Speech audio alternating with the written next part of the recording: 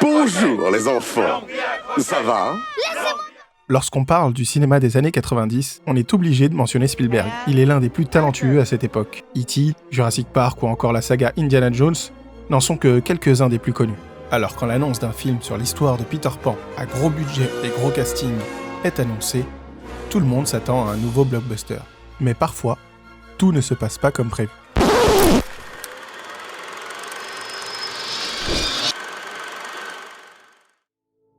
L'histoire commence dans les années 50 où le tout jeune Steven Spielberg dirige la pièce de théâtre de son école. Il décide d'y adapter l'un de ses romans préférés, Peter et Wendy, de J.M. Barrie. Là où les autres enfants ont pu voir pour la première fois un homme voler, lui, ça a été avec le film d'animation de Disney. Voir Peter Pan voler à l'écran va forger le petit garçon à ce qu'il va devenir. D'une certaine manière, Spielberg se reconnaît en Peter Pan. Il est le garçon qui ne veut pas grandir et ne jamais perdre son imagination. Although he's a shrewd businessman, everyone who knows Spielberg says he's still very much like a precocious kid.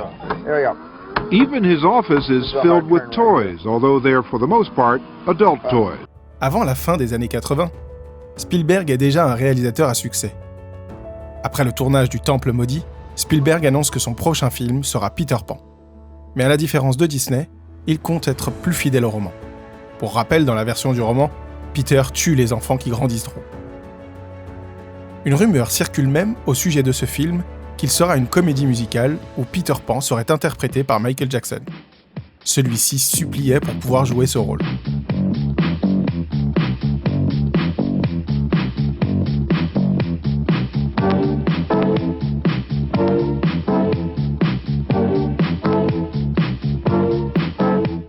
Mais voilà, peu avant le début du tournage, Spielberg devient papa de son fils Max et renonce au projet. Yeah, I think it's probably part of it is me, calling out, saying to myself, I'm 34 years old, I'm not married, I don't have kids, I'm probably going to be married, I'm probably going to have kids.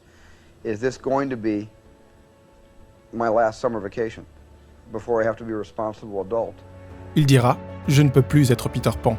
Avec la responsabilité de père, sa vision a complètement changé. En parallèle, James V. Hart, scénariste, écrivait lui aussi une version de Peter Pan, adaptée pour le grand écran.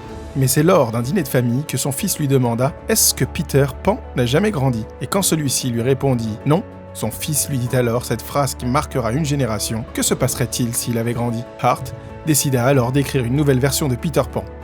Une version où Peter avait quitté le pays imaginaire et fondé une famille en oubliant complètement son passé et devenant alors un très grand avocat d'affaires. Qu'est-ce que t'as, bon sang? Quand vas-tu cesser de te comporter comme un gosse? Oh, je suis un gosse. Eh ben, grandis. Au casting, on retrouvera l'acteur oscarisé Dustin Hoffman pour le rôle de Crochet.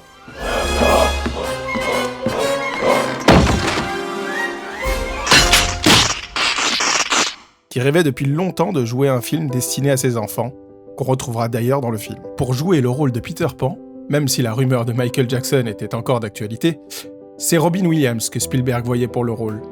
Après ses prestations pour Good Morning Vietnam ou encore Le Cercle des Poètes Disparus, Captain, my captain. Sit down, Mr. Anderson. l'acteur était le choix parfait pour le rôle de cet adulte qui devait retrouver son esprit d'enfant. I don't know, this would scare the children. Do you think so? I don't know, maybe this was too much for them. On retrouvera aussi Bob Hoskins dans le rôle de Mouche, connu alors pour le cultissime Qui veut la peau de Roger Rabbit. Si vous n'auriez pas un pince-nez, je crois plutôt que tu veux un verre. Qu'en dites-vous, juge? Ben, pourquoi pas?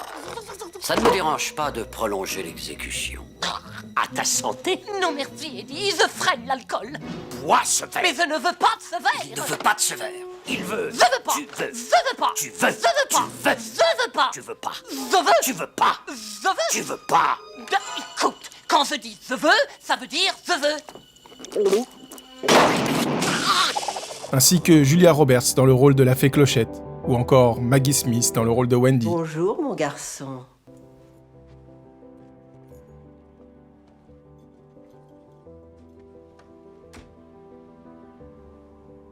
Bonjour, Wendy.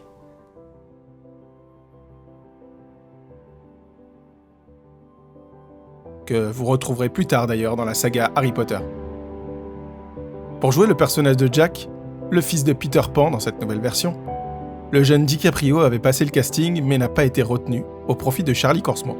Mais un autre acteur avait été remarqué par Spielberg, à qui il promit de lui donner un rôle dans un autre de ses films, qui était alors en pré-production.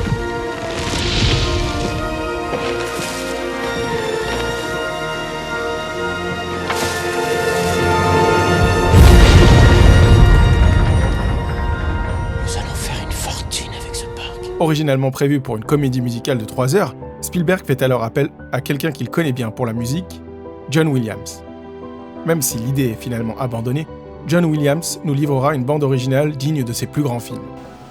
Chut, listen.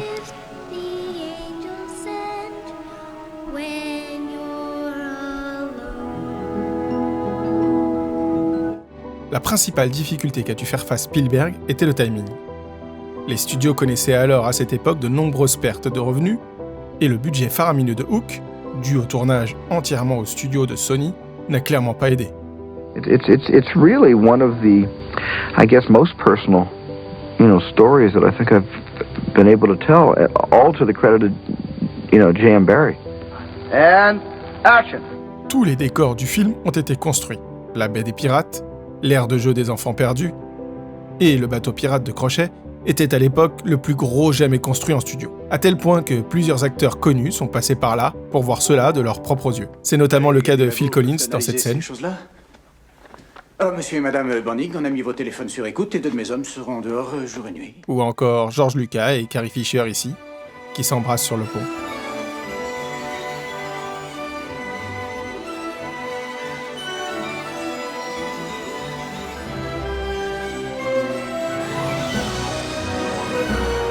Mais la moins méconnaissable étant Glenn Close dans ce rôle de pirate qui va dans la boîte à bobos. Toi, tu as parié que je ne ramènerais pas Peter Pan ici, n'est-ce pas? Non. Oh, dis à ton capitaine la vérité. Oh, dis-la. C'est vrai. Oui, tu m'as fait un gros bobo. C'est vrai. Oui. Le coffre à bobo. Non, pas ça. Pas le coffre à bobo. Non.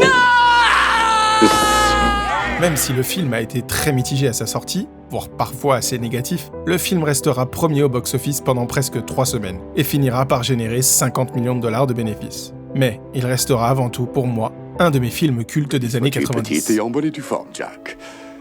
Après tout, à quoi ressemblerait le monde sans le capitaine Crochet? Et si cette vidéo vous a plu, abonnez-vous.